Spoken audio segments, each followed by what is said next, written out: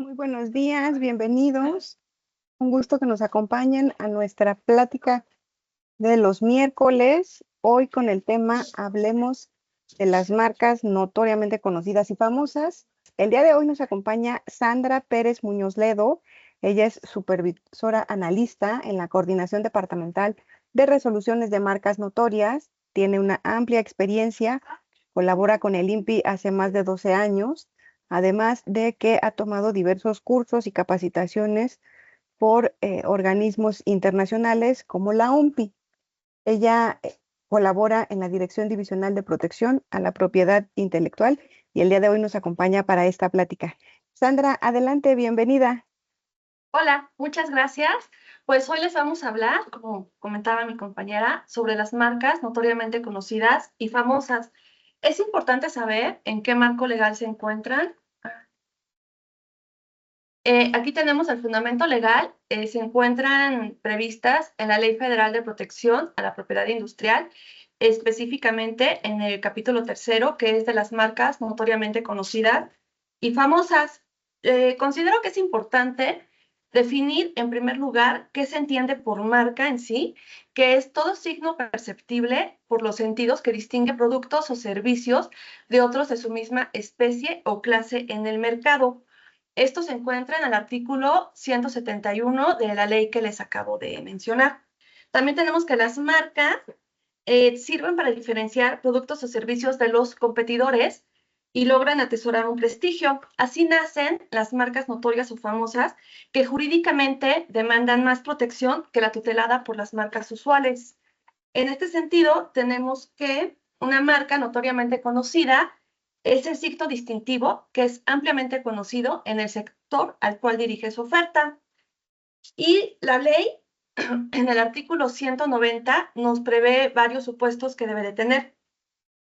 Que un sector determinado del público o de los círculos comerciales del país la conozca, que las actividades comerciales desarrolladas en México o en el extranjero, el empleo de la marca con relación a productos o servicios y la promoción o publicidad de la marca.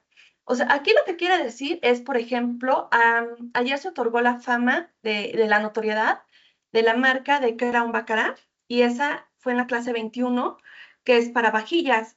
Entonces, nosotros lo que tenemos que aprender a distinguir de la notoriedad y fama es que la notoriedad está encaminada a un sector particular del público. Después, bueno, tenemos la marca famosa que es conocido por la mayoría del público consumidor y tiene como elemento indispensable el conocimiento generalizado del producto o servicio. Esta marca famosa también se encuentra prevista en el artículo 190 de la ley que nos rige. Y tenemos que es conocida por la mayoría del público consumidor y cuando tenga una difusión o reconocimiento en el mercado global. Aquí tenemos, por ejemplo, en este sentido, tenemos que mientras la marca notoria solamente es conocida por el sector al cual dirige primordialmente su oferta, la marca famosa es conocida por sectores a los que no dirige su oferta directamente. O sea, por ejemplo, tenemos que la marca Vive Latino es famosa, entonces esa va a amparar todas las clases. Y la notoria, solamente la clase donde fue otorgada o alguna donde tenga un producto o servicio íntimamente relacionado. O sea, por ejemplo, podemos tener una marca de ropa y esa ropa pues va en la clase 25 y nos pueden pedir la clase 35, que es para la comercialización de ropa, y esas dos clases se encuentran íntimamente relacionadas y esa sería en la notoria, en tanto que en la fama va a proteger absolutamente todas las clases. Después vamos a ver cuál es la definición legal de declaratoria. Es un acto administrativo por medio del cual el instituto declara, con base en los elementos de prueba aportados, que las condiciones por virtud de las cuales una marca es notoriamente conocida o famosa subsisten al tiempo en el que el acto se emite. Tenemos que, para que se otorgue la declaratoria de notoriedad o fama, se deben de cumplir con los supuestos que se encuentran previstos en el artículo 192 de las fracciones 1 a 8, lo que vamos a hacer es ir viendo fracción por fracción y vamos a ver los elementos de prueba que se pueden aportar, sobre los cuales ahondaremos más adelante. En este sentido, tenemos que la primera fracción nos pide el sector del público integrado por los consumidores reales o potenciales que identifiquen la marca con los productos o servicios que están basados en una encuesta o estudio de mercado o cualquier otro medio permitido por la ley. Aquí vamos a pasar enseguida a la fracción segunda, porque es con los mismos elementos de prueba que se acreditan las dos fracciones. La segunda fracción es otros sectores del público diversos a los consumidores reales o potenciales que identifican la marca con los productos o servicios que están basados en una encuesta o estudio de mercado o cualquier otro medio permitido por la ley. Aquí, la ley establece que debe de ser en base a un estudio de mercado. Bueno, un tipo de prueba puede ser el estudio de mercado. Aquí es importante establecer qué se entiende por consumidor real y cuál es el consumidor potencial. El consumidor real es quien efectivamente consume la marca, ¿no? Eso quiere decir alguien que compra el producto o adquiere la prestación del servicio. En tanto, el consumidor potencial es alguien que conoce la marca, pero sin embargo no la ha adquirido. O sea, podemos tener el ejemplo en una revista, ustedes ven la imagen de Nutella. Entonces, un consumidor real es quien va a la tienda, compra el Nutella. Puede ser para su consumo propio o que se le haya encargado a otra persona, pero aquí lo importante es que él ya consumió el producto. Y un consumidor potencial es quien vio la marca en la revista y dice, ah, se me antoja comer una Nutella con pan, pero no compra el producto. Entonces él en su mente ya se le quedó la existencia de la marca Nutella, pero no la va a adquirir. Entonces ese es un consumidor potencial. ¿Ok? Después tenemos los círculos comerciales integrados por los comerciantes, industriales o prestadores de servicios relacionados con el género de productos o servicios que identifiquen con la marca, con los productos o servicios que están basados en una encuesta o estudio de mercado o cualquier otro medio permitido por la ley. Aquí mucha gente también nos ofrece en el estudio de mercado, al momento de realizar la encuesta, se la practican a los círculos comerciales integrados por los comerciantes. Ustedes se han de preguntar, ¿cuáles son esos círculos comerciales? Bueno, supongamos que una marca de galletas, Gamesa, se comercializa a través de Amazon, a través de tiendas de conveniencia, a través de supermercados. Entonces, lo que se hace es que ustedes, como las personas que van a presentar la solicitud de fama o notoriedad, van a pedir al instituto que gire un requerimiento a terceros, donde le pregunten a estas tiendas de conveniencia, o a Walmart, Soriana, Chedraui, o a Amazon, Mercado Libre, a plataformas digitales, que desde cuándo tienen una relación comercial con ustedes, que si la marca que se reproduce a continuación es la que efectivamente comercializan o a través de la cual se presta un servicio. Entonces ellos van a tener que contestar el requerimiento a terceros que les gire esta autoridad y ellos ya dirán, ah, yo la comercializo desde el año 2020 y la uso para vender galletas. Y nos pueden anexar publicidad. ¿Qué tipo de publicidad? Pues de los catálogos que exhiben, donde dicen, están las galletas Gamesa al 2x1 o cómpralas por el 30, con el 30%, y nosotros le vamos a dar pleno valor probatorio a esas pruebas, porque aparte los catálogos traen la fecha de circunstanciación, que es cuando se pusieron en circulación, entonces para nosotros son pruebas muy importantes. Otra manera en la que pueden presentar o demostrar esto es que ustedes mismos le solicitan a sus círculos comerciales que les expidan ese tipo de cartas. Entonces ellos ya dicen, yo bajo protesta de decir verdad, manifiesto que desde el año 2011 vendo el producto Gamesa. O, por ejemplo, si es una empresa que va a vender cementos, ¿no? Se me ocurre Cruz Azul o Cementos Fortaleza. Entonces, ustedes pueden requerirle a la persona que les hace los costales que desde cuándo se los fabrican y qué marca es la que le imprimen a sus costales.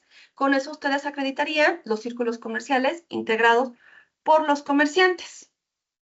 Después vamos a ir a la fracción cuarta, que es la fecha de primer uso, que es el tiempo, bueno, respecto de la fecha de primer uso, es muy importante que si ustedes van a decir, bueno, les aclaro que las marcas notorias y famosas no están ligadas a ningún registro marcario, pero ustedes en su solicitud pudieran decir que quieren que la solicitud se tome en cuenta X registro.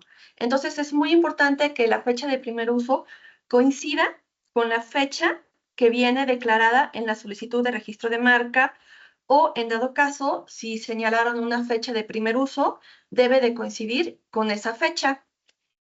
¿Por qué es importante esto? Porque si ustedes no lo hacen, podrían caer en la causal de nulidad de datos falsos. Entonces, es muy importante que sea así, o bien que la fecha que ustedes señalan tengan manera de acreditarla con alguna prueba que se encuentre en el caudal probatorio que están exhibiendo. Después tenemos el tiempo de uso continuo y el tiempo de publicidad efectiva de la marca en México y en su caso en el extranjero, que van estrechamente ligados con la fracción 6, que son los medios de difusión de la marca en México y en su caso en el extranjero. Aquí, ¿cómo pueden acreditar estas fracciones? Bueno, pues puede ser que exhiban catálogos. Hay gente que contrata vallas publicitarias, otros contratan espectaculares, hay muchas personas que contratan anuncios de radio o de televisión. Entonces, es importante que ustedes, por ejemplo, también soliciten que este instituto gire un requerimiento a terceros donde se le requiera, por ejemplo, a Televisa que informe desde qué fecha tienen contratados con ustedes spots publicitarios y cuántas veces se han transmitido, en qué programas de televisión, en qué horarios y cuál ha sido el tiempo de duración de esos spots. Lo mismo sucede para cadenas de radio o también pudiera ser que ustedes antes de presentar la solicitud vayan con un notario o un actuario donde dé fe en qué espectaculares o vallas publicitarias y donde se encuentran localizados, se encuentran este tipo de anuncios. Este tipo de anuncios pueden ser a lo largo y ancho de la República. Si es una notoriedad, puede ser solamente en el sureste del país, o si es fama, sí nos tendrían que acreditar en lo largo y ancho de toda la República. También ustedes pueden decir, bueno, no tengo los medios económicos para contratar un notario y que vaya a todos los estados, ¿no? O un notario en determinados estados. ¿Cómo lo puedo acreditar? Bueno, ustedes pueden, por ejemplo, de alguna marca de ropa, ¿no? De alguna marca de ropa que digan, bueno, mi marca de ropa se vende ya sea en Walmart, se vende en Liverpool, en el Palacio, en Amazon, en alguna tienda virtual que tenga acceso a toda la República Mexicana. Y ustedes lo que van a pedir es que se haga una visita de inspección a plataformas digitales o que un notario o un actuario dé fe de que entró a esa página y que dio fe, o sea, ustedes ponen en el buscador, no sé, Hugo Boss.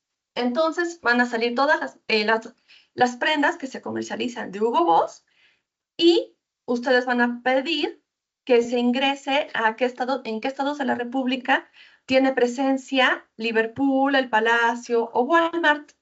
Y en base a eso ustedes van a decir, bueno, como mi marca se vende en Walmart, en el Palacio, en Liverpool, eso se traduce en que mi marca está presente en todos sus establecimientos que tiene a lo largo de la República, o bien que esta empresa puede distribuir mi mercancía en todos esos estados de la República y con eso acreditarían los medios de difusión y también los canales de comercialización. O sea, como ustedes pueden ver, las fracciones 4, 5 y 6 están íntimamente ligadas, ¿no? Después tenemos la fracción 7, que son las licencias o franquicias que se hayan otorgado en relación con la marca. Ahí solamente ustedes con que pongan un archivo o una relación de Excel que digan yo le otorgué licencias o franquicias a X y X personas, es más que suficiente y esas licencias o franquicias no tienen que estar inscritas ante el instituto. Después tenemos la octava, que es el porcentaje de participación de la marca en el sector o segmento correspondiente del mercado. Esta fracción, mucha gente se pregunta que cómo la puede acreditar. Les cuesta un poco de trabajo. Muchas veces se les comenta que a través del estudio de mercado, pues la pueden acreditar, pero aún así, otra forma es que ustedes digan, bueno, por ejemplo, yo tengo la marca Bimbo, entonces lo que tengo que ver es cuánto pan se vende en México y de ese pan sacar el porcentaje que vende Bimbo. Si queremos la fama, tendría que ser en todo el país y si queremos la notoriedad, tendría que ser en alguna parte del país, o sea, alguna zona geográfica, entiéndase sureste, noreste, noroeste, este, oeste, todos esos, ¿no? Norte o sur.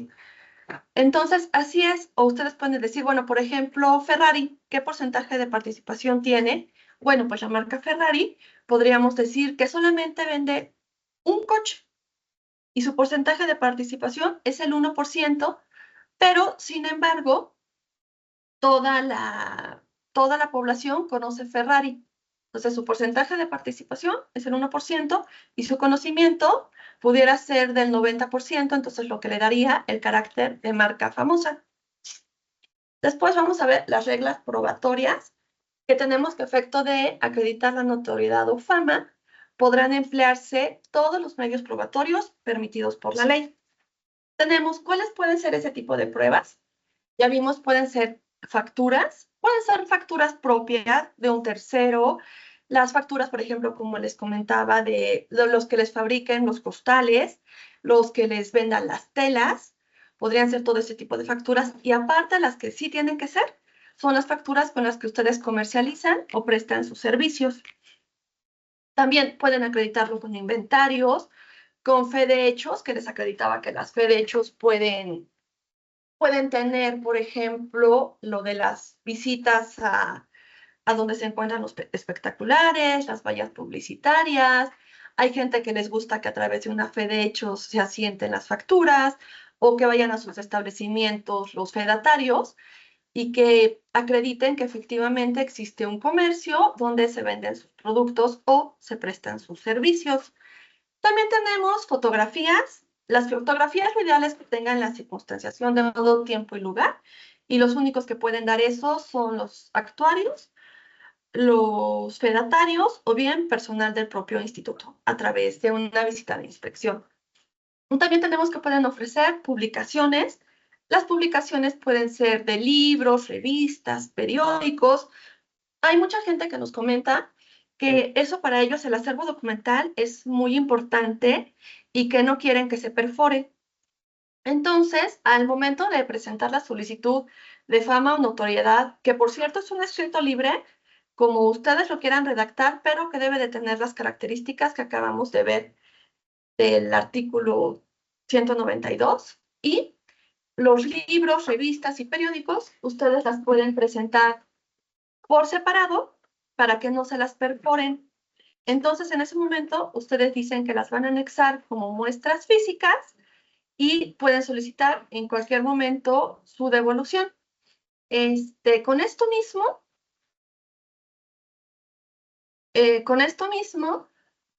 ustedes dicen, bueno, pero si yo exhibo, por ejemplo, un libro, pues un libro tiene muchísimas hojas, entonces yo quisiera saber en ese libro, si lo van a perforar, ustedes ponen que no, y qué pruebas tendrían que ofrecer del libro, pues es la portada, la página legal y la página donde obre la publicidad de su marca. Y entonces ustedes solamente pagarían 3 copias y pedirían la devolución del libro. Y lo mismo sucedería con la revista y con los periódicos. Después pueden ofrecer como prueba el estudio de mercado, que ya vimos que es lo que debe de contener, el estudio de mercado, que es opcional si lo quieren presentar o no. Y más adelante les voy a explicar lo que debe de contemplar.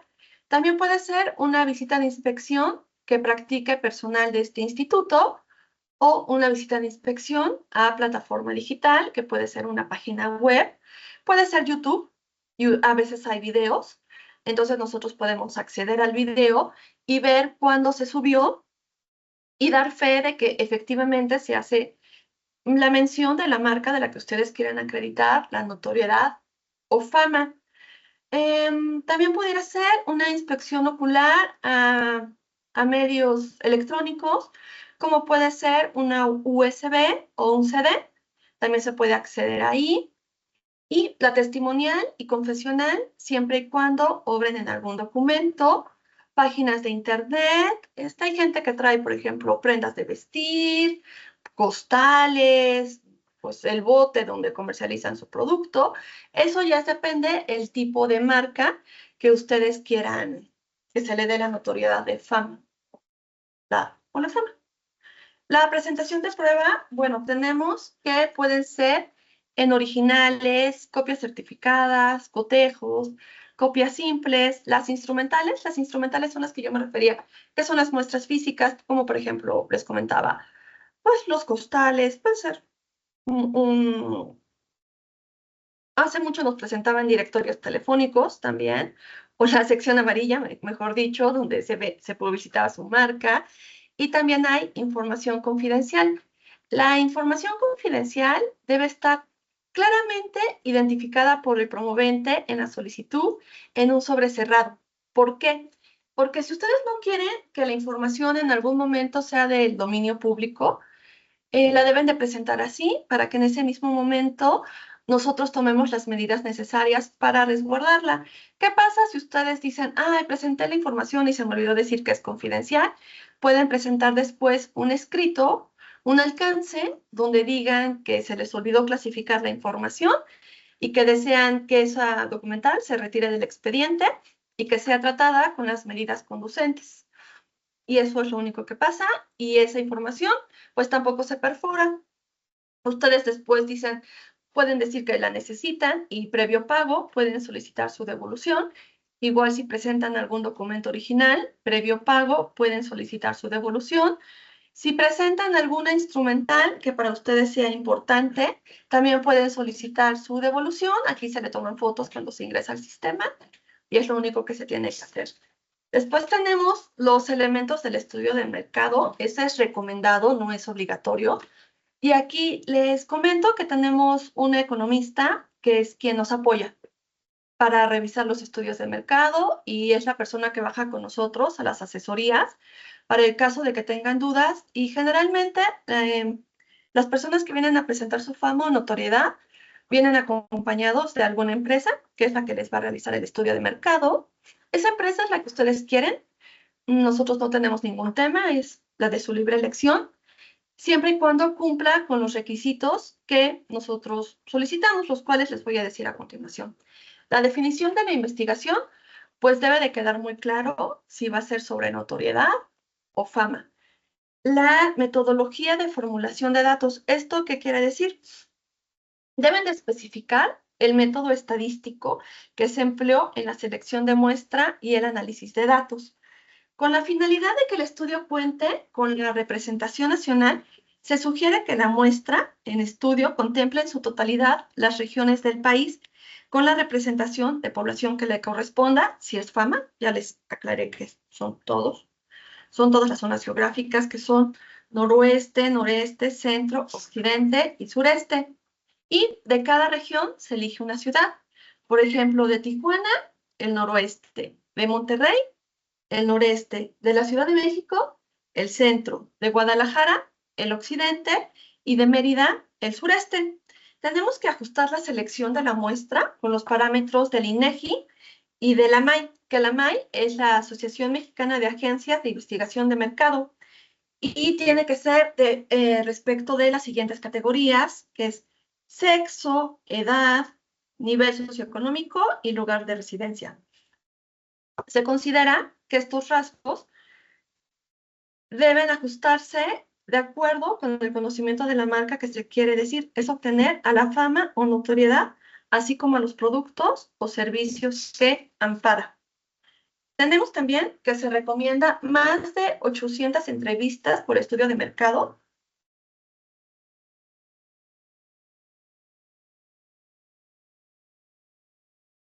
Con el fin de acreditar el sector del público integrado por los consumidores reales o potenciales, así como otros sectores del público diversos a los consumidores reales o potenciales que identifican la marca con los productos o servicios que están para.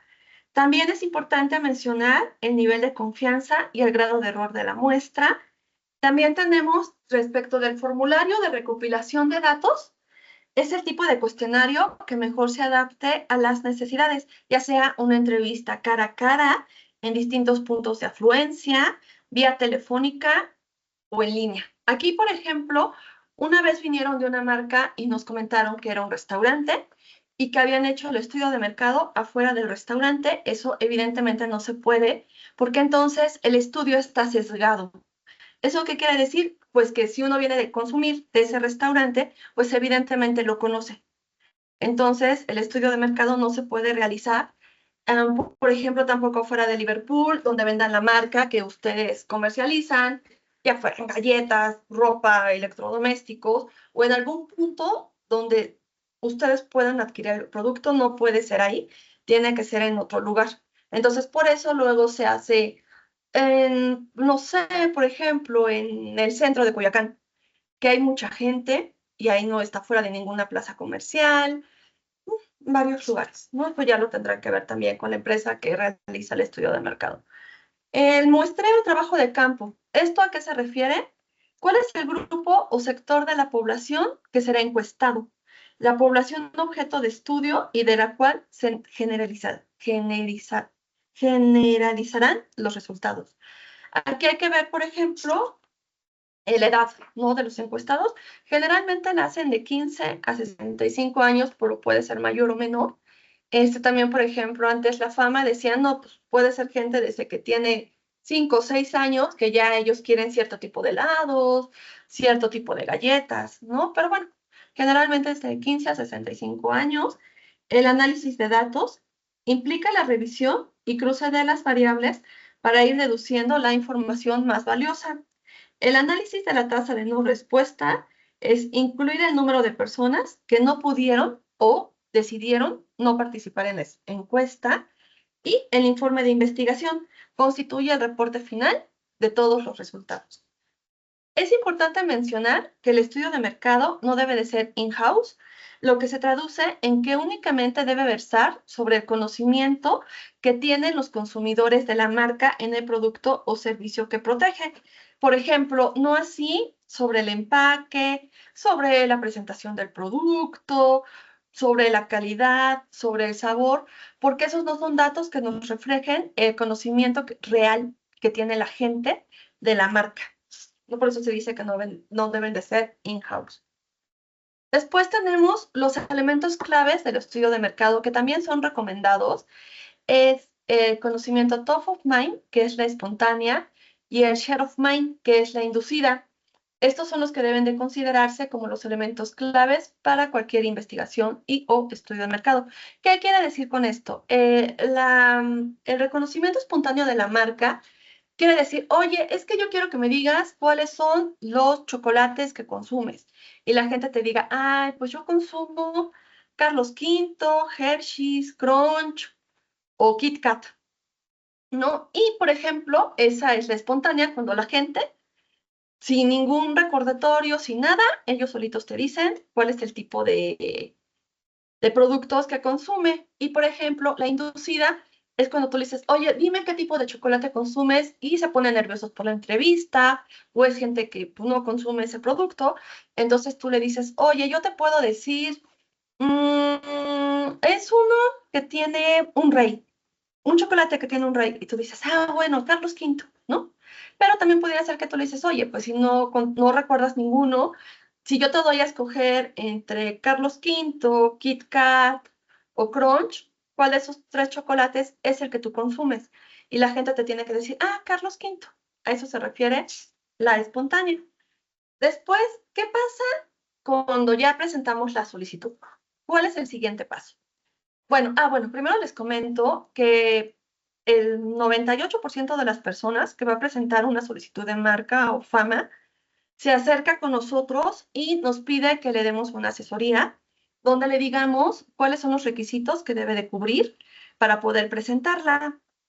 Entonces nosotros ya le vamos diciendo los trámites, ellos nos dicen, oye, a mí se me ocurre que podría presentar esta prueba, también tengo esta otra, y nosotros ya les iremos diciendo, ¿no? Si esas pruebas sirven, no sirven.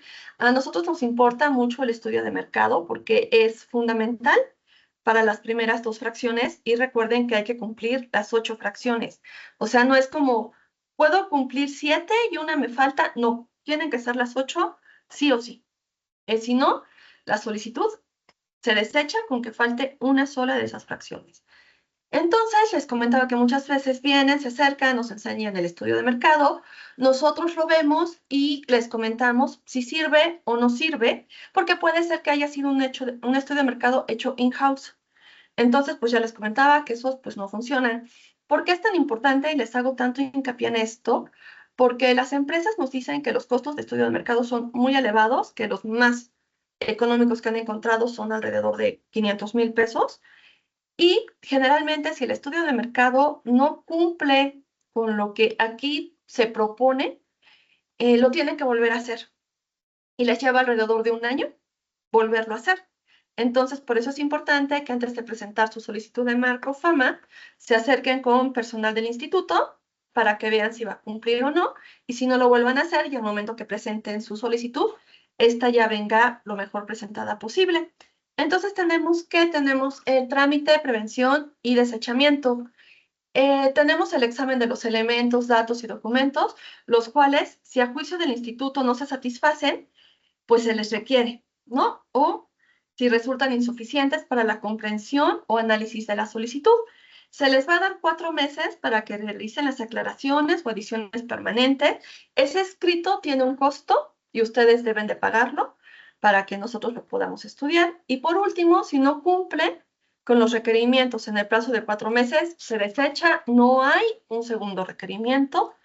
Lo que puede llegar a ver es que ustedes desahoguen mal el primer requerimiento y sobre eso se les vuelve a requerir, pero de ninguna manera va a haber un segundo requerimiento. Después ya tenemos que está la expedición o negativa.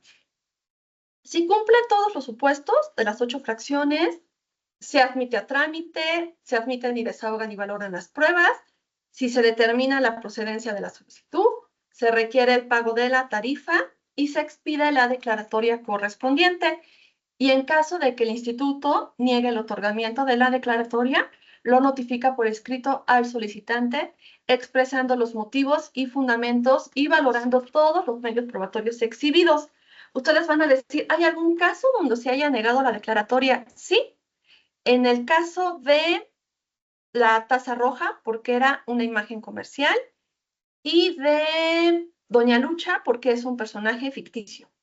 En esos 2 casos se negó la declaratoria porque recuerden que si bien la marca no debe de estar ligada a un registro marcario, sí debe basarse en una marca que haya sido usada.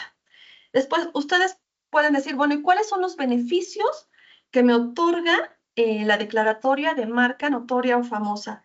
Es la obtención de una protección más amplia que la otorgada por un registro ordinario de marca. ¿Esto en qué se traduce? Que cuando se otorga la fama va a proteger todas las clases del clasificador internacional de NISA. Entonces, cuando ustedes tengan esa fama, se elegirá un oficio a la Dirección Divisional de Marcas y ellos ya tienen conocimiento de esta declaratoria y se la van a citar como impedimento en cualquier clase a cualquier marca que presenten que sea idéntica o semejante en grado de confusión.